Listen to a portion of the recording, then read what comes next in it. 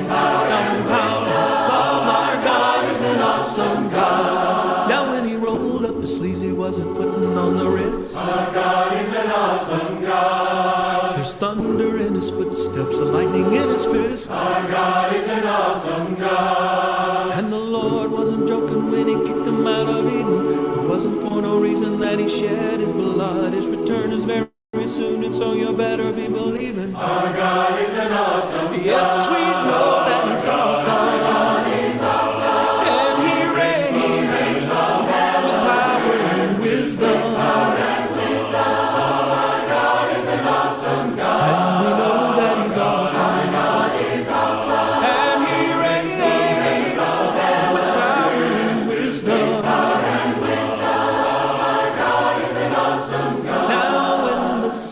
Starless in the void of the night. Our God is an awesome God. He spoke into the darkness and created the light. Our God is an awesome God. The judgment and wrath he poured out on Sodom, his mercy and grace he gave us at the cross. I hope that we have not too quickly forgotten that our God is an awesome God. Yes, we know that he's awesome. Our God is awesome. And he reigns with power and wisdom. Power and wisdom. Our God is an awesome God. And we know that he's awesome. Our God is awesome. And he reigns with power and wisdom. Power and wisdom.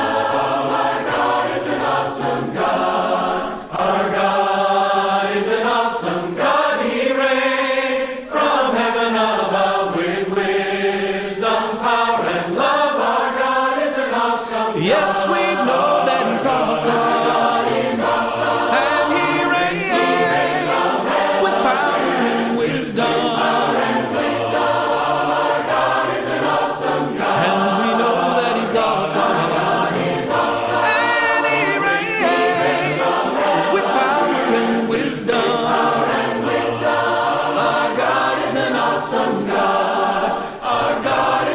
awesome God. Our God is an awesome God.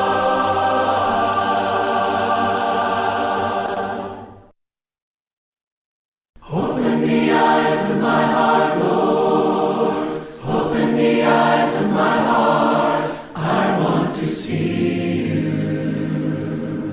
I want to see you. Open my eyes, Lord.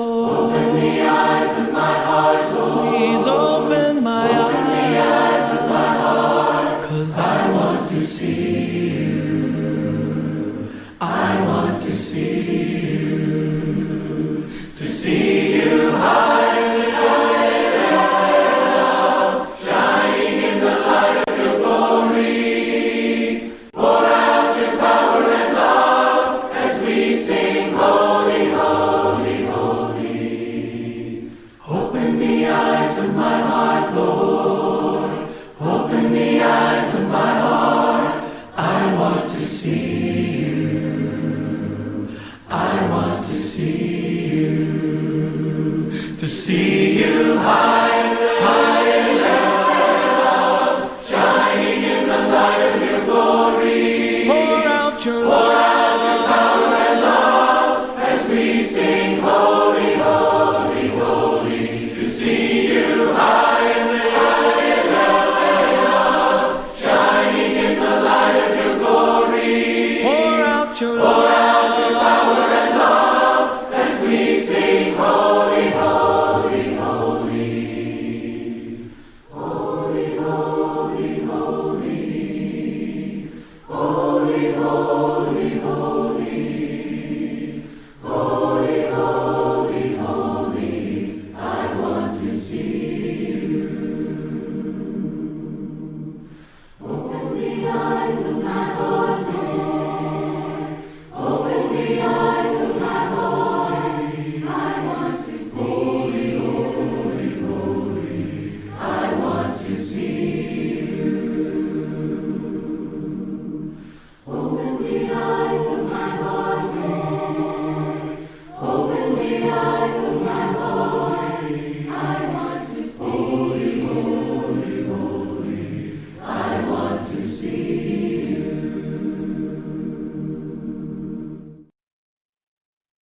Everyone needs compassion, a love that's never failing. Let mercy fall on me. Everyone needs forgiveness, the kindness of a Savior, the hope of nations. All right, thank you. And good afternoon, morning, everyone. Thank you for allowing the 10-minute extension.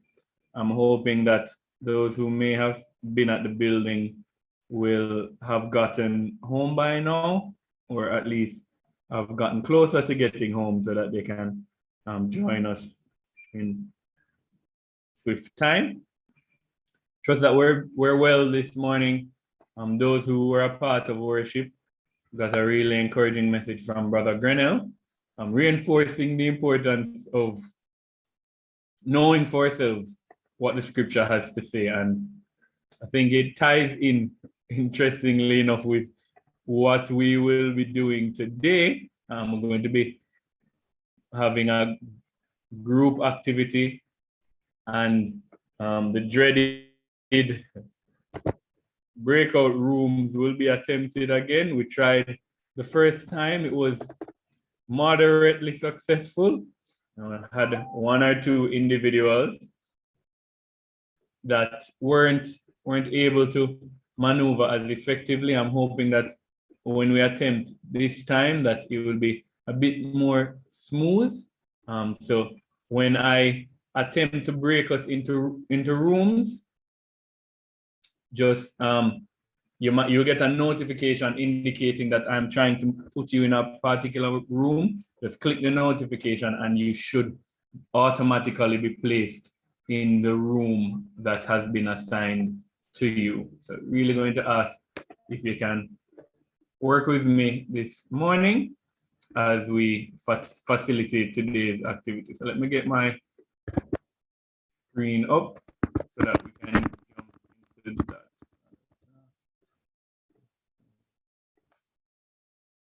Okay, so for those who may not be regulars, or for those who may have missed one or two classes previously, we have been, the study topic is Lost, a case study. Passage of focus, Luke chapter 15. We've been looking at the parable of the lost sheep, son, and coin, and we have been focused since the start of the lesson on the lost sheep. And we're currently looking at what we call flock fallacy, which speaks to a misunderstanding of one's role within the church. And this can be as a result of numerous reasons. It can be having an exalted opinion of self, can be having a deflated sense of self-esteem. There are a lot of reasons why we may not recognize the role that we are required to play and the position that we have been given within the body.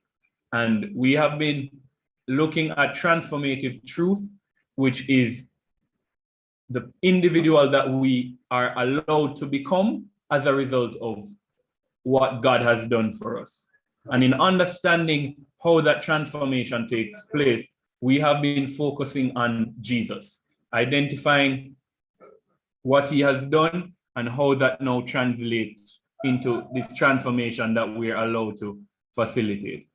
So we looked at Isaiah chapter 53, and we were looking at that passage in regards to identifying passages that speak to Jesus being prophesied about and why he represents the word, because of the use of the word to speak to his existence, whether in the past or in the present. So we have been looking at Isaiah chapter 53, and we did an exercise last week, and we're going to be doing an exercise this week as well. This particular exercise we're going to call proof hunting. And just as we saw in John chapter 1, where Jesus is referred to as the Word, and then we went through numerous scriptures to see if what was said about the Word accurately represented Jesus. We're going to be doing that activity, a similar activity this morning. So we're going to split into two groups, and group 1 will be assigned verse 1 through 6 of Isaiah 53, and group 2 will have verse 7 through to verse 12. And the intention of this particular exercise is to look for as many scriptures that lend evidence to this particular verse that it is Jesus who is being prophesied about. So numerous things are said in that particular verse about this individual who will come. So for example, in verse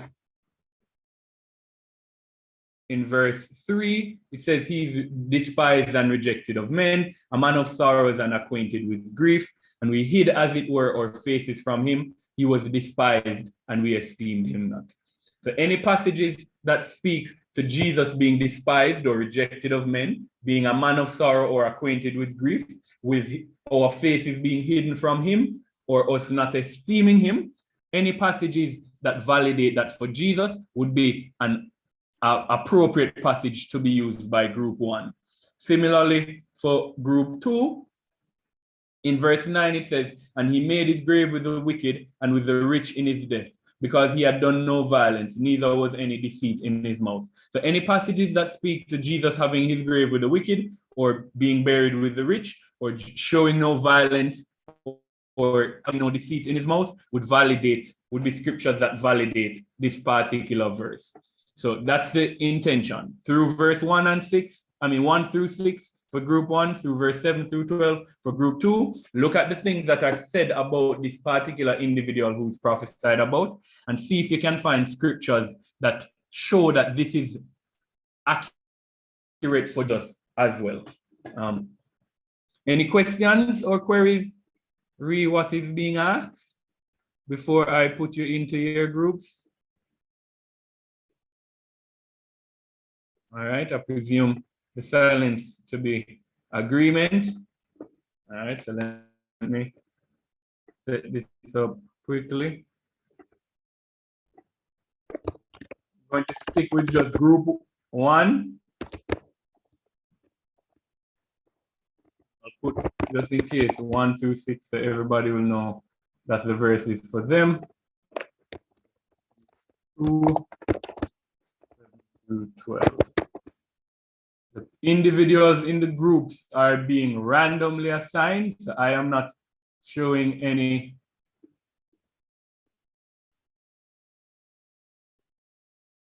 stereotype in the choosing of the groups. I just randomly selected them. And Brother Smith, based on what I'm seeing, I know you're host, so I can't put you in a room. I'm just going to ask you to join group 2. And okay, you're the only other. Okay, so Brother Smith, I'm just going to ask you to join group 2. So if you get a notification, please just click it.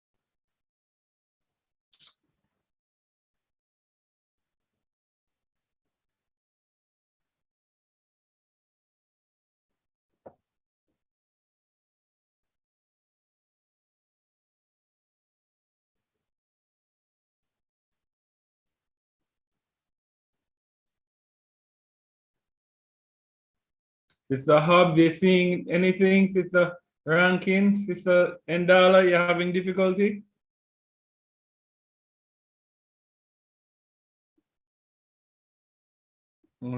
Perhaps I temporarily away from the devices. Auntie Sally, having difficulty?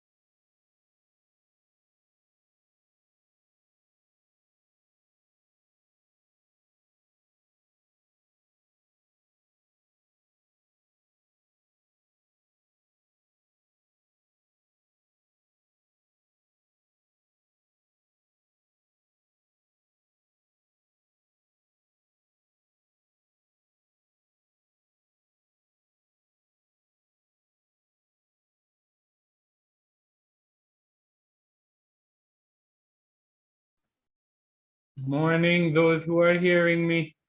Are you having difficulty getting into the rooms? If you are, please let me know.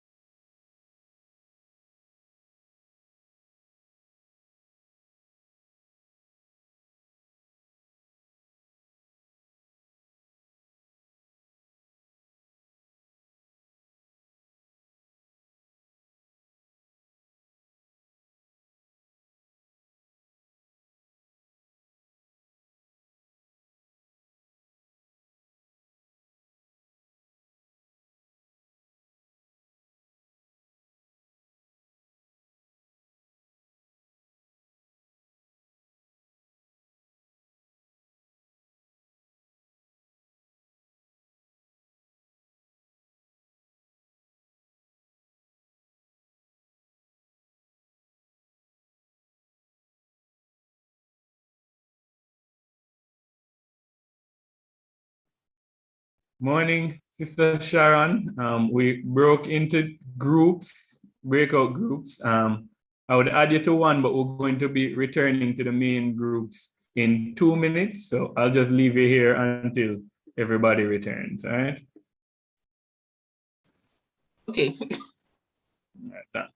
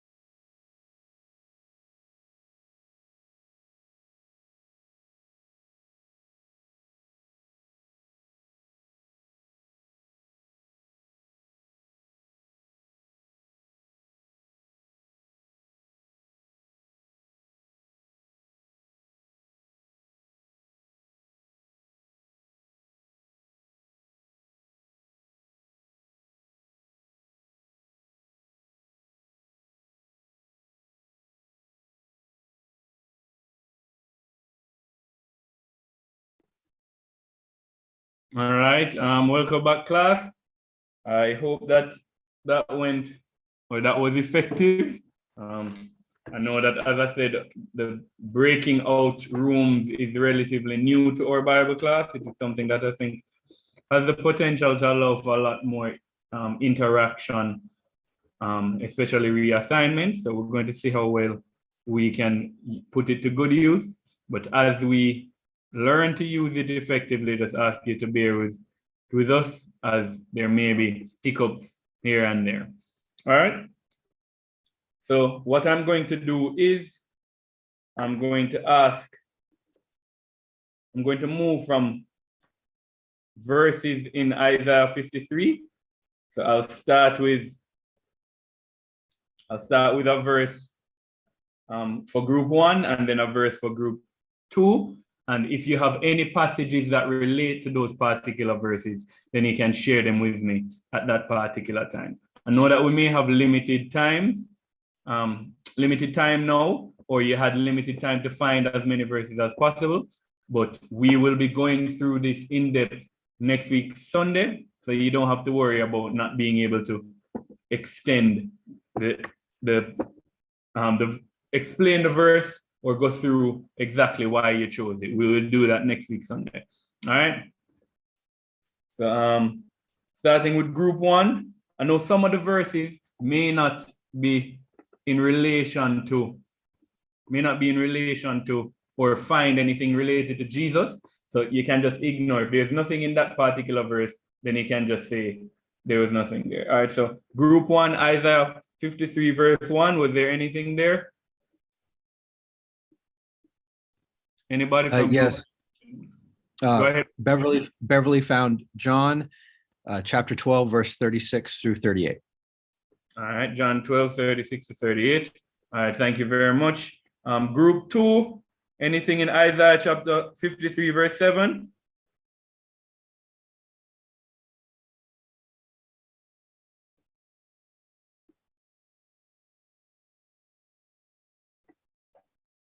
Anybody for group 2? Should I just presume the silence, meaning that nothing was found for that? No. We have much. Sorry, I was talking, but sorry. Sorry. We found Matthew 27, 12 to 14. All right, so Matthew 27, 12 to 14. Anything else? That spoke about it was the accusation and him being judged before Pilate. Okay. All right. So, all right. All right. Thank you very much, Kirk. Team group 1, anything for verse 2? Yes. So Marlon came with John 7, verse 41 and verses 45 through 52. We had, he also came up with 1 Samuel chapter 16, verse 7. All right, thank you very much. John 7, 41 and 45 through 53, and 1 Samuel 16, verse 7, correct? I think so. Okay, all right, thank you very much. Group 2, anything for verse 8? Yes. We had Matthew 27, verse 48. Mm-hmm. I think I'm trying to find it to tell you the summary of it. I just flip away from it. Sorry. No, man, you don't have to give me the summary now, Kirk. That's once the verse is fine as it stands. Where he was saying that why I've got forsaken. Okay. All right, thank you very much. Group 1, anything for verse 3?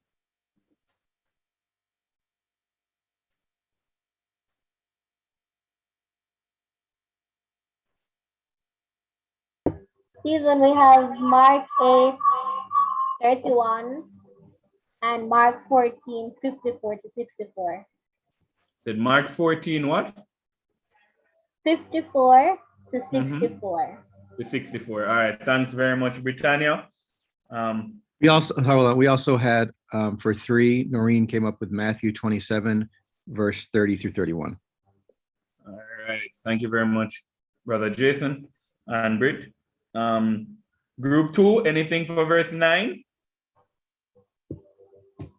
Verse 9, we have Matthew 27, 57 to 60. And that's where Joseph of Arimathea came for begging for the body. Okay, all right. And given in the tomb. Yeah. All right, thank you very much, Brother Kirk. Group 1, anything for verse 4?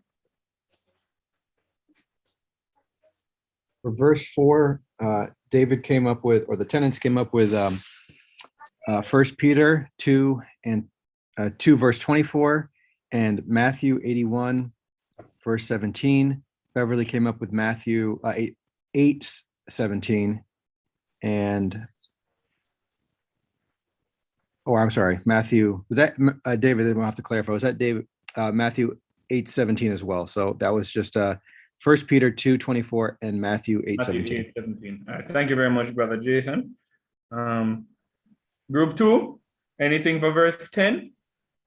For 10, we have Acts 2, 22 to 23, where they're saying pretty much pleased God to hand him over to be crucified. All right. Thank you very much, Kirk.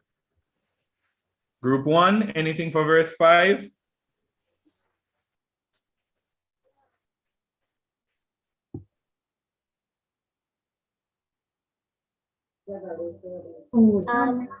David, Lieutenant Shred said 1 Peter 2, 24 to 25. Hello? Is me not hearing or?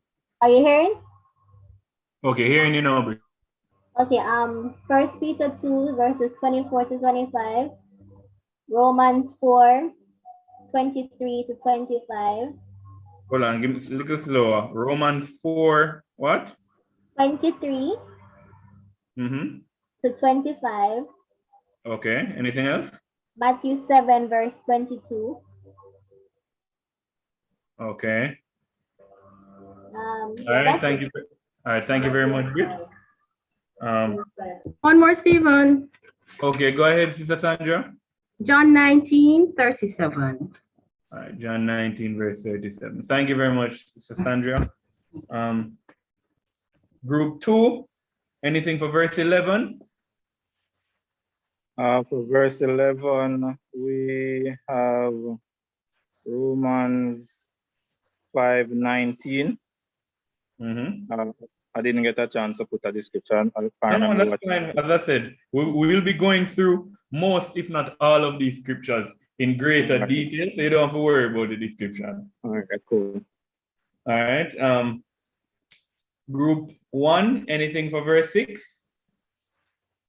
Verse 6, we had 1 Peter chapter 2, verse 24, Matthew 18, verse 12, and David had 2 Corinthians chapter 5, verse 21.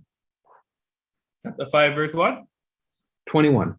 21. All right. Thank you very much, Brother Jason. Thank you very much, Group 1, for carrying out the exercise excellently and for providing all of this material that I can now use without having to do extensive research. Yes, let us go with that is why we did this exercise.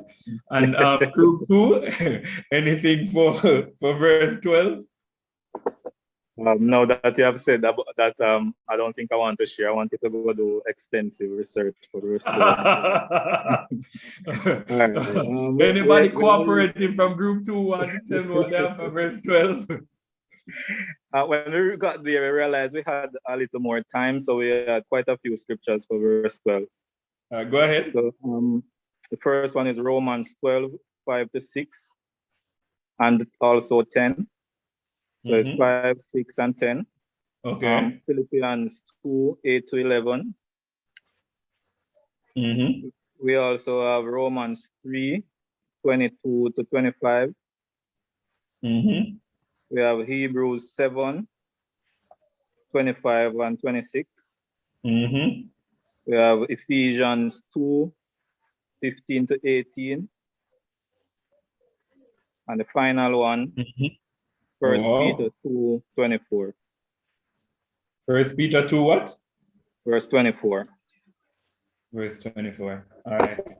If you would have noticed, and this is one of the things, especially with New Testament scripture, a lot of ideas are encapsulated together in one verse. So even in the scriptures that were being provided by the different teams, we hear 1 Peter 2, verse 24 being referenced quite a bit. Matthew 27, which of course is Jesus's trial and suffering, the account of that covers a lot of verses as well. So we'll be looking more succinctly at these particular verses, as I said. 12 verses 160. What was that, Brother Smith? Sorry. Oh. And we will be able to get a better idea of how they parallel. And as I said, this I always find, and we use it quite regularly, this Isaiah 53 prophecy. But I think that the language used, as beautiful as it is, falls second to what is being conveyed. And oftentimes I feel as Christians, when we hyper focus on the things that we need to do to be in good standing with God, we lose from what God has done to allow us to be in good standing with him. And this Isaiah 53 passage is essentially a love letter to us as Christians from God, speaking of this salvation that has been provided. This is whom, this is how, and it's really a passage that I think we should be very familiar with. So we will be going into greater detail come Sunday, because on Tuesday's class we'll be having a prayer meeting. So let us come with the intention to pray, to sing, to glorify God on Tuesday's class. Thank you very much for your participation. I always appreciate the effort that is being shown by the class. Also, thank you for being and adapting to our breakout rooms. Really, really looking forward to when we have mastered that particular feature. Stephen? Yes, Walker? Yeah, I saw a company use the breakout rooms to show different movies. I don't know if you want me to just leave that there and you figure out the rest of it. I appreciate you dropping that there, Kirk, and we'll see what we can do in the future. All right. Just a quick recap of. I sent you a note, Stephen. Yes, Brother Smith, aside that I made the change. Thanks. Okay. Yes. Any Brother Smith? I don't know if you have the screen with the announcements. Trying to put it up now. All right, thanks. It's just Devaru. Not just, but it's Devaru. Devaru's birthday. Okay, so just Brother Devereaux for birthday this week. Right. All right. All right. So it's On Friday. I you think the junior family is here, so I presume that Devereaux is in earshot. So we'll sing happy birthday for Devereaux. I guess everything else was covered, so we'll just cover before in our earlier announcement. So we'll just sing happy birthday for Devereaux, and then we are dismissed. Happy birthday to you. Happy birthday to you. Happy birthday, Devereaux. Happy birthday to you. May the good Lord bless you. May the good Lord bless you. May the good Lord bless you. Happy birthday to you.